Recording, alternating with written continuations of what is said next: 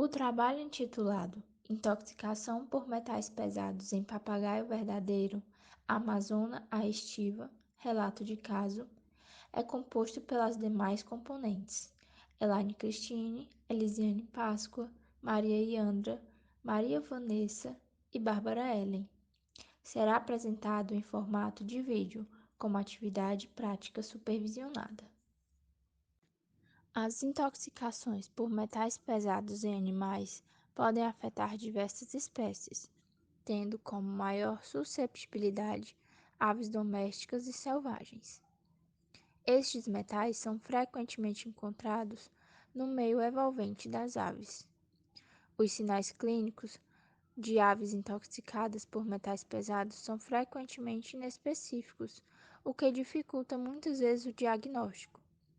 Como meios de diagnóstico complementares, utilizam-se radiografias, análises bioquímicas e hematológicas, e a avaliação de metais pesados na corrente sanguínea. O trabalho teve como objetivo apresentar um relato de caso clínico envolvendo um pistácio cativo intoxicado por metais pesados. As principais causas de intoxicação em pistaciformes por metais pesados estão no contato desses animais com materiais impróprios, tais como gaiolas enferrujadas, comedouros, bebedouros e brinquedos de metais. Os pistaciformes são aves extremamente inteligentes e curiosas. Em cativeiro, precisam de muita atividade, ou do contrário, ficam entediados, podendo apresentar comportamentos anormais, como obsessão por arrancar suas próprias penas, automutilação, agressividade, gritos excessivos e depressão. O tutor deve ter atenção a todo material que possa estar em contato com a ave, pois alguns possuem partes de metal ou passam por processo de galvanização e polimento com metais pesados. Por possuírem bicos fortes e resistentes, pequenos pedaços podem se quebrar e ser engolidos com facilidade por esses animais. Poleiros e brinquedos de madeira, além de mais seguros, oferecem distrações a mais, como a possibilidade de serem descascados e destruídos. Gaiolas devem possuir epóxi sobre os arames para impedir o contato da ave com o material galvanizado.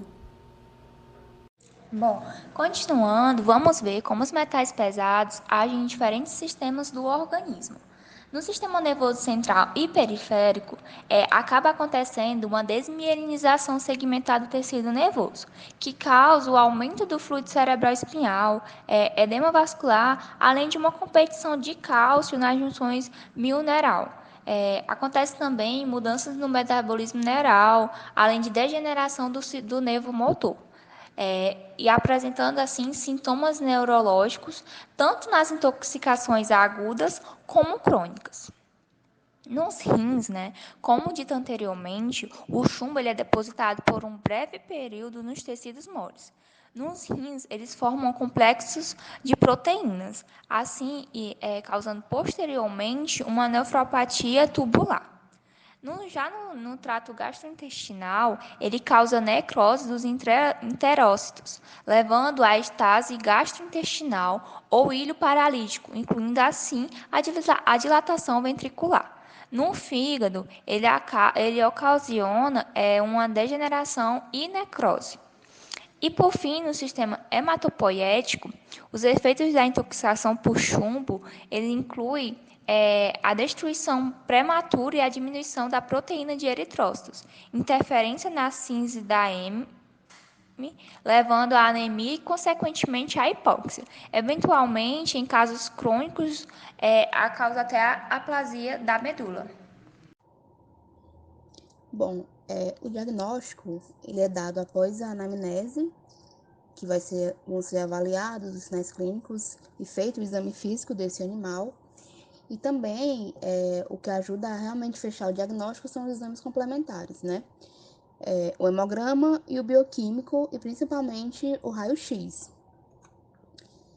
O nosso relato de caso é de um papagaio verdadeiro, de sexo indefinido, de 11 anos de idade, que pesava 404 gramas, que chegou na clínica com alguns sinais como apatia, desvio de cabeça, algumas alterações neurológicas e apresentava constipação com dor ao defecar. Foi solicitado o hemograma e o resultado do hemograma demonstrou uma anemia severa, que apresentava o número de células e também a morfologia dessas células alteradas. Então, as hemácias apresentavam anisocitose, policromasia, hipocromia e presença moderada de poiquilocitose. Já o número de leucócitos estava aumentado e apresentava heterofilia e linfopenia. Quanto aos parâmetros bioquímicos, o AST e o ácido úrico apresentavam-se elevados.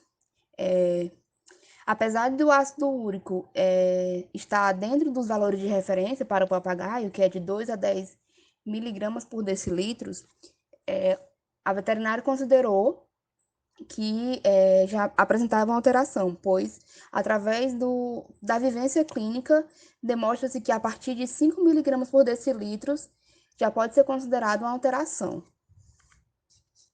Quanto à radiografia, que foi o exame que realmente fechou o diagnóstico, né? Foi realizada a radiografia da cavidade celamática, 2 projeções, lateral direita e ventrodorsal. A radiografia foi realizada sem contenção química. Então, na radiografia foi encontrada a presença de 4 elementos pontiformes de radiopacidade metal e também as alças intestinais estavam preenchidas por um conteúdo gasoso e também apresentou sinais de empilhamento.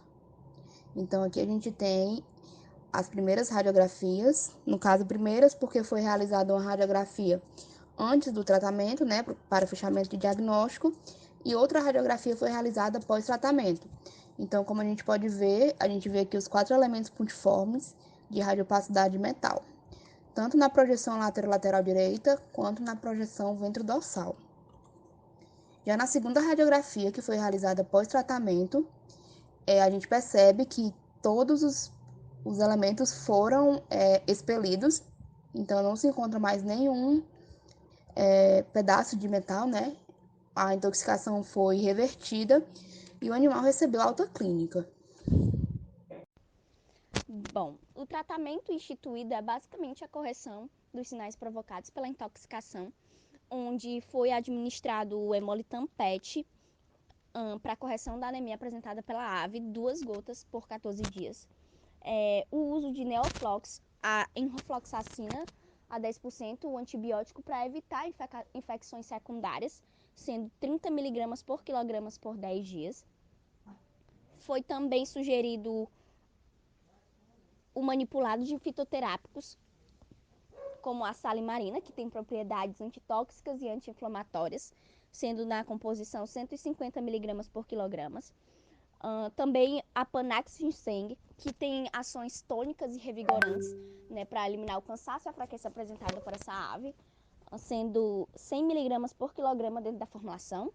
E a Echinacea purpurea, que tem propriedades também contra infecções, sendo 80 mg por quilograma na formulação. Foi feito também a fluidoterapia, sendo 3 ml por dia por 7 dias, e o uso de metamucil e lactulona para melhorar o trânsito intestinal dessa ave que apresentava sinais de constipação, onde o metamucil era 1 colher rasa de café diluída em 30 ml de água e oferecido 2 ml da solução 2 vezes ao dia por 7 dias, e a lactulona 1 mg por quilograma por 7 dias. Também foi feito um manipulado de cálcio ADTA de 35 mg por quilograma por 7 dias. Sendo assim, as considerações finais do trabalho se dão que o raio-x é fundamental para o diagnóstico da intoxicação, onde apesar dos sinais, dava apresentar sinais de neurotoxicidade, ainda são sinais inespecíficos para um fechamento diagnóstico confirmatório. O tratamento ele foi eficiente para a resolução da intoxicação, onde com 3 dias a ave apresentava melhora clínica, e fundamental a orientação para a eliminação da fonte de infecção, da fonte de intoxicação para evitar assim novas intoxicações pela ave.